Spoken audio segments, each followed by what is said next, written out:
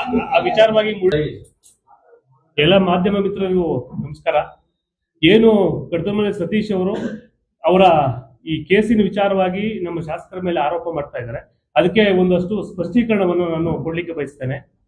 ಮೊದಲು ಸತೀಶ್ ಗೌಡರು ಚುನಾವಣೆಯಲ್ಲಿ ಆಯ್ಕೆ ಆಗಿದ ನಂತರ ನಮ್ಮ ಕಡತಮಲೆ ರಾಜಣ್ಣ ಅವರು ಅವರ ಆಯ್ಕೆಯನ್ನ ಪ್ರಶ್ನಿಸಿ ಅವರು ಒಂದು ತಕರಾರನ್ನ ಸಲ್ಲಿಸ್ತಾರೆ.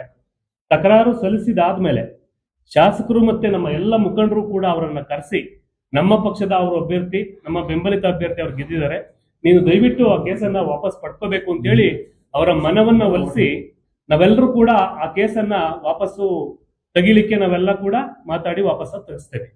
ಅದಾದ ನಂತರ ನಮ್ಗೆ ಯಾರಿಗೂ ಆ ವಿಚಾರ ಗೊತ್ತಿರೋದಿಲ್ಲ. ಒಬ್ಬ ಪರಾಜಿತ ಅಭ್ಯರ್ಥಿ JDS ನ ನೆಲ್ಕುಂಟೆ ಸತೀಶ್ ಗೌಡ ಅವರು ಈ ಒಂದು ಆಯ್ಕೆಯನ್ನ ಪ್ರಶ್ನಿಸಿ ಅವರು ARCS ಅಲ್ಲಿ ಒಂದು ದಾವೆಯನ್ನ ಹೂಡ್ತಾರೆ. ಆ ದಾವೆ ಹೂಡಿದಾದ್ಮೇಲೆ ಆ ದಾವೆ ಒಳಗಡೆ ಏನಾಗುತ್ತೆ, ಅವರ ಆಯ್ಕೆಯನ್ನ ಪ್ರಶ್ನಿಸಿ ದಾವೆಯಲ್ಲಿ ಅವರು ಅನರ್ಹ ಆಗ್ತಾರೆ.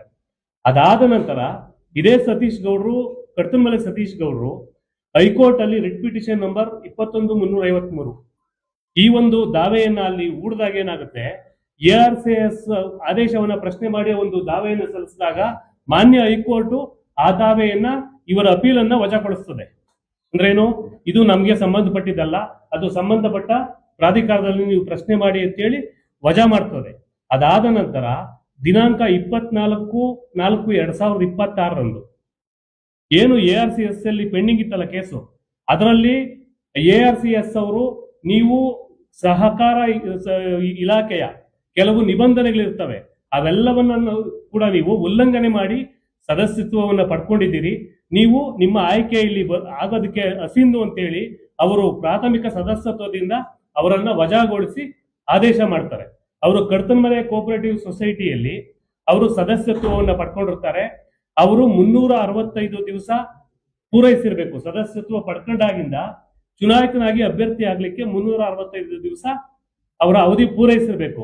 ಅವಧಿ ಮುಂಚಿತವಾಗಿ ಇವರು ಅಲ್ಲಿ ಡೈರಿಯಲ್ಲಿ ಏನೇನು ನಡೆದಿತ್ತು ಅದು ಯಾರಿಗೂ ಗೊತ್ತಿರೋದಿಲ್ಲ. ಅವರು ಅಲ್ಲಿ ವೋಟರ್ ಲಿಸ್ಟ್ ಅಲ್ಲಿ ಅಕ್ರಮವಾಗಿ ಸೇರಿಸ್ಕೋತಾರೆ. ಅದನ್ನ ಪ್ರಶ್ನಿಸಿ ಹೋಗಿದ್ದಂತ ಆದೇಶದಲ್ಲಿ ಸ್ಪಷ್ಟವಾಗಿ ARCS ಅವರು ಬರೀತಾರೆ, ನೀವು ಅವಧಿ ಪೂರ್ವವಾಗಿ ನೀವು ನಿಂತ್ಕೊಂಡಿದ್ದೀರಾ, ನಿಮ್ಮ ಆಯ್ಕೆ ಅಸಿಂಧು ಅಂತೇಳಿ ಘೋಷಣೆಯನ್ನ ಮಾಡ್ತಾರೆ. ಅದಾದ ನಂತರ ಇದೇ ಸತೀಶ್ ಅವರು ಹೋಗಿ ಅಲ್ಲಿ ARCS ಆಫೀಸಲ್ಲಿ ಗಲಾಟೆ ಮಾಡ್ತಾರೆ, ದಾಂಧಲೆ ಮಾಡ್ತಾರೆ. ಇದಕ್ಕೂ ಪಕ್ಷಕ್ಕೂ ಯಾವುದೋ ಸಂಬಂಧ ಇರೋದಿಲ್ಲ, ನಮ್ಗೆ ಯಾರಿಗೂ ಮಾಹಿತಿನೂ ಇರೋದಿಲ್ಲ. ಅದಾದ ನಂತರ ಸತೀಶ್ ಏನ್ ಮಾಡ್ತವೆ, ಅವತ್ತು ಬೆಳಗ್ಗೆ ಮತ್ತೆ ಹೋಗಿ ಹೈಕೋರ್ಟ್ ಅಲ್ಲಿ ಮೊದಲು ಒಂದು ವಜಾ ಆಗಿತ್ತಲ್ಲ, ಡಿಸ್ಮಿಸ್ ಆಗಿತ್ತಲ್ಲ ಅಪೀಲು, ಆ ಅಪೀಲ್ ಡಿಸ್ಮಿಸ್ ಮೇಲೆ ಮತ್ತೆ ರಿಟ್ ಅಪೀಲ್ ಆಗ್ತಾರೆ.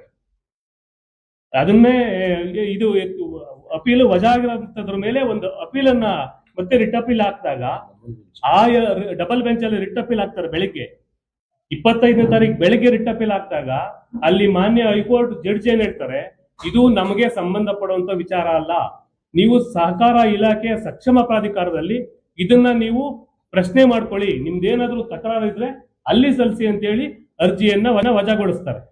ಅದಾದ ನಂತರ ಕಡತಮಲೆ ಸತೀಶ್ರು ಮತ್ತೆ ಏನ್ ಮಾಡ್ತಾನೆ, ಮಧ್ಯಾಹ್ನ ARCS ಒಂದು ಆದೇಶ ಮಾಡಿದ್ರಲ್ಲ ಅವರನ್ನ ಅನರ್ಹಗೊಳಿಸಿ, ಅದನ್ನ ಪ್ರಶ್ನೆ ಮಾಡಿ ನನಗೆ ನೋಟಿಸ್ ನೀಡಿರೋದಿಲ್ಲ, ನನ್ನ ಗಮನಕ್ಕೆ ಬರದೆ ಇದು ಏಕಪಕ್ಷೀಯವಾಗಿ ಇದನ್ನ ಆದೇಶ ಮಾಡಿದ್ದಾರೆ ಅಂತೇಳಿ ಹೈಕೋರ್ಟ್ ನಲ್ಲಿ ಮತ್ತೆ ಒಂದು ಮಧ್ಯಾಹ್ನ ಒಂದು ಅರ್ಜಿಯನ್ನ ಸಲ್ಲಿಸ್ತಾರೆ. ಆ ಅರ್ಜಿಯನ್ನ ಮಾನ್ಯ ಹೈಕೋರ್ಟ್ ನ ನ್ಯಾಯಾಧೀಶರು ಆಲಿಸಿ ಅವರು ಒಂದು ಆದೇಶವನ್ನ ಮಾಡ್ತಾರೆ, ನಿಮ್ಗೆ ನೋಟಿಸ್ ಕೊಡ್ಲಿಲ್ಲ ಅನ್ನೋದು ಅಷ್ಟೇ ನಿಮ್ಮ ತಕರಾರಿದೆ, ಅದಕ್ಕೋಸ್ಕರ ನಾವೇ ಒಂದು ದಿನಾಂಕವನ್ನ ನಿಗದಿ ಮಾಡ್ತೀವಿ ಅಂತೇಳಿ 18/5/2026 ಯಾರು ARCS ಹಿಂದೆ ಆದೇಶ ಮಾಡಿತ್ತು ಆ ಆದೇಶವನ್ನ ಸದ್ಯಕ್ಕೆ ನಾವು ರದ್ದುಗೊಳಿಸಿದ್ದೀವಿ. 18/5/2026 ಮತ್ತೆ ಅದೇ ಸಹಕಾರ ಇಲಾಖೆಯ ARCS ಮುಂದೆ ದಾವೆ ಬರಲಿ, ಅವತ್ತು ನಿಮ್ಮ ವಾದವನ್ನ ಮಂಡಿಸಿ ಅಂತೇಳಿ ಅವತ್ತು ಅದನ್ನ ರಿಮೈಂಡ್ ಮಾಡಿ ಆದೇಶವನ್ನ ವಜಾ ಮಾಡ್ತಾರೆ.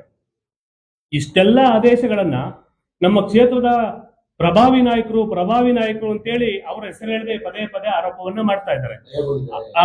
ಆದ್ರೆ ಅವ್ರ ಹಿಂಬಾಲಕರು ಒಂದಷ್ಟು ಜನ ನೇರವಾಗಿ ಶಾಸಕರ ಹೆಸರನ್ನ ಹೇಳ್ತಾ ಇದ್ದಾರೆ. ಇಲ್ಲಿ ಸ್ಪಷ್ಟವಾಗಿ ಹೇಳ್ತಾ ಇದ್ದೇನೆ, ಕೇಸ್ ನಡೀತಾ ಇರೋದು ನೆಲ್ಕುಂಟೆ ಸತೀಶ್ ಗೌಡ ವರ್ಸಸ್ ಕಡತಮಲೆ ಸತೀಶ್ ಗೌಡ. ಶಾಸಕರಿಗೂ ಸಹಕಾರ ಇಲಾಖೆಗೂ ಹೈಕೋರ್ಟ್ಗೂ ಯಾವ್ದಾದ್ರು ಸಂಬಂಧ ಇದೆಯಾ? ಇವ್ರ ಆಯ್ಕೆಯನ್ನ ನಾವು ಅನೂರ್ಜಿತಗೊಳಿಸಬೇಕು ಅನ್ನೋಗಿದ್ದಿದ್ರೆ ಕಡತಮಲೆ ರಾಜಣ್ಣ ಅರ್ಜಿ ಕೊಟ್ಟಾಗೆ ನಾವ್ಯಾರು ಅವರನ್ನ ಮನವೊಲಿಸಂತ ಅವಶ್ಯಕತೆ ಇರಲಿಲ್ಲ. ಅವತ್ತೇ ನಾವು ಸುಮ್ಮನೆ ಆಗಿದ್ರೆ ಅವತ್ತು ಅಲ್ಲೇ ವಜಾ ಆಗ್ತಾ ಇತ್ತು. ಇದು ಅವನು ಮಾಡಿರುವಂತ ಅಕ್ರಮಗಳು ಯಾರ ಗಮನಕ್ಕೂ ಬಂದಿರಲಿಲ್ಲ. ಎಲ್ಲಾ ಅಕ್ರಮಗಳನ್ನ ಅವ್ರು ಮಾಡ್ಬಿಟ್ಟು ಇವತ್ತು ಶಾಸಕರ ಮೇಲೆ ಆರೋಪ ಮಾಡುವಂಥದ್ದು, ಬೇರೆ ಬೇರೆ ರೀತಿ ಮಾಡುವಂಥದ್ದು, ಇದು ತಪ್ಪು ಸಂದೇಶ ಹೋಗುತ್ತೆ. ಸತೀಶ್ ಅವರು ನಮ್ಮ ಪಕ್ಷಕ್ಕೆ ಹೊಸದಾಗಿ ಬಂದ್ರು ಕೂಡ ಎಲ್ಲ ಸವಲತ್ತುಗಳನ್ನ ಕೊಟ್ಟಿದ್ದೇವೆ. ಅನೇಕ ನಾಯಕರು ಇಲ್ಲಿದ್ದಾರೆ. ರಾಜಣ್ಣ ಅವರು 45 ವರ್ಷ ಪಕ್ಷ ಕಟ್ಟಿದ್ದಾರೆ, ಶಾಸಕರ ಜೊತೆ ಇದ್ದಾರೆ. ಪಾಪ ಇವತ್ತಿಗೂ ಏನೂ ಆಗ್ಲಿಲ್ಲ. ಜಯಣ್ಣವ್ರು ಇದ್ದಾರೆ, ರಾಮಮೂರ್ತಣ್ಣ ಇದ್ದಾರೆ. ಇಷ್ಟೆಲ್ಲ ಸೀನಿಯರ್ಸ್ ಇದ್ರು ಕೂಡ ಅವತ್ತು ಕಾಂಗ್ರೆಸ್ JDS ಇಂದ ಅವ್ರನ್ನ ಹೊರಗಡೆ ಹಾಕಿದ್ದು, ಅವ್ರ ಅಕ್ರಮಗಳನ್ನ ಸಹಿಸ್ಕೊಳಕಾಗದೆ ಅವರನ್ನ ಹೊರಗಡೆ ಹಾಕಿದ್ರು. ನಮ್ಗೆ ಯಾರಿಗೂ ಗೊತ್ತಿರ್ಲಿಲ್ಲ.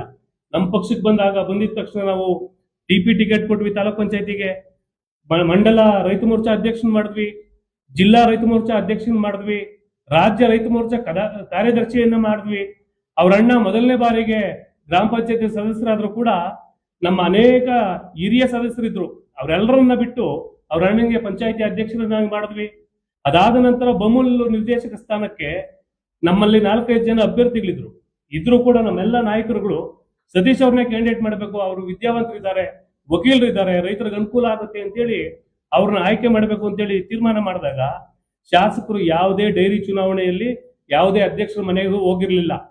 ಅವರ ಚುನಾವಣೆಯಲ್ಲಿ ಪ್ರತಿ ಮನೆಗೂ ಹೋಗಿ ಪ್ರತಿ ಅಧ್ಯಕ್ಷರನ್ನ ಭೇಟಿ ಮಾಡಿ ಎಲ್ಲರನ್ನು ಕೂಡ ವಿಶ್ವಾಸ ತಗೊಂಡು ಪಕ್ಕದ ದೊಡ್ಡಬಳ್ಳಾಪುರ ತಾಲೂಕಲ್ಲಿ ಆ ಶಾಸಕರ ಮನವೊಲಿಸಿ, ಜಾಲ ಹೋಬಳಿಲಿ ನಮ್ಮ ಪ್ರಮುಖರ ಮನವೊಲಿಸಿ, ಎಲ್ಲರನ್ನ ಮನವೊಲಿಸಿ ಓಟ್ ಹಾಕ್ಸಿ ಶಾಸಕರು ಅವರನ್ನ ಮತ್ತೆ ನಮ್ಮೆಲ್ಲ ಪ್ರಮುಖರು ಸೇರಿ ಅವರನ್ನ ಗೆಲ್ಸಿದ್ದಾದ್ಮೇಲೆ ಒಂದು ದಿವಸ ಕೂಡ ಅವರು ನಮ್ಮ ಪಕ್ಷದ ಪರವಾಗಲಿ, ಶಾಸಕರ ಪರವಾಗಲಿ, ಮುಖಂಡರ ಪರವಾಗಲಿ ಅವ್ರ ಹೇಳಿಕೆಯನ್ನು ಕೊಡ್ಲಿಲ್ಲ, ನಮ್ಮ ಪರವಾಗಿ ಕೆಲಸನೂ ಮಾಡ್ಲಿಲ್ಲ, ಯಾರಿಗೂ ಕೃತಜ್ಞತೆಗಳನ್ನು ಕೂಡ ಸಲ್ಲಿಸಲಿಲ್ಲ. ಹೀಗಾಗಿ ಸತೀಶ್ ಗೌಡ್ರು ಏನು ನಮ್ಮ ಈ ಕೇಸಿನ ವಿಚಾರವಾಗಿ ಆರೋಪ ಮಾಡ್ತಾ ಇದ್ದಾರೆ, ನಾನು ಸ್ಪಷ್ಟವಾಗಿ ಮತ್ತೊಮ್ಮೆ ಹೇಳ್ತಾ ಇದ್ದೀನಿ, ಈ ಕೇಸ್ಗೂ ನಮ್ಮ ಬಿಜೆಪಿ ಪಕ್ಷಕ್ಕೂ ಶಾಸಕರಿಗೂ ನಮ್ಮ ಮುಖಂಡರಿಗೂ ಯಾವ ರೀತಿ ಸಂಬಂಧ ಇರೋದಿಲ್ಲ. ದಯವಿಟ್ಟು ಮುಂದಿನ ದಿನಗಳಲ್ಲಿ ಈ ವಿಚಾರವಾಗಿ ಮಾತಾಡೋದನ್ನ ನಿಂತು ನೀವು ನಿಜವಾಗ್ಲೂ ನೀವು ಕರೆಕ್ಟ್ ಆಗಿದ್ರೆ ನೀವು ಸಂಬಂಧಪಟ್ಟ ಇಲಾಖೆಯಲ್ಲಿ ವಾದ ಮಂಡಿಸಿ ನೀವು ಗೆದ್ಕೊಂಬನ್ನಿ. ನೀವು ನಮ್ಮ ಬಿಜೆಪಿ ಬೆಂಬಲಿತ ಅಭ್ಯರ್ಥಿ, ನೀವು ಆಯ್ಕೆ ಆಗಿದ್ದು ನೀವು ಗೆದ್ಕೊಂಬಂದ್ರೆ ನಾವು ಕೂಡ ಸಂತೋಷ ಪಡೋ ಇದ್ವಿ ಇದುವರೆಗೂ.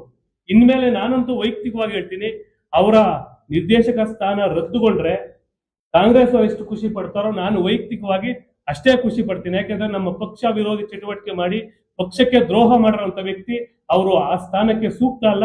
ದಯವಿಟ್ಟು ಅವರು ವಜಾ ಆದ್ರೆ ನನ್ನಷ್ಟು ಸಂತೋಷ ಪಡುವಂತ ವ್ಯಕ್ತಿ ಮತ್ತೊಬ್ಬ ಇಲ್ಲ ಅಂತೇಳಿ ನಾನು ಸ್ಪಷ್ಟನೆಯನ್ನ ಕೊಡ್ತಾ ಇದ್ದೇನೆ.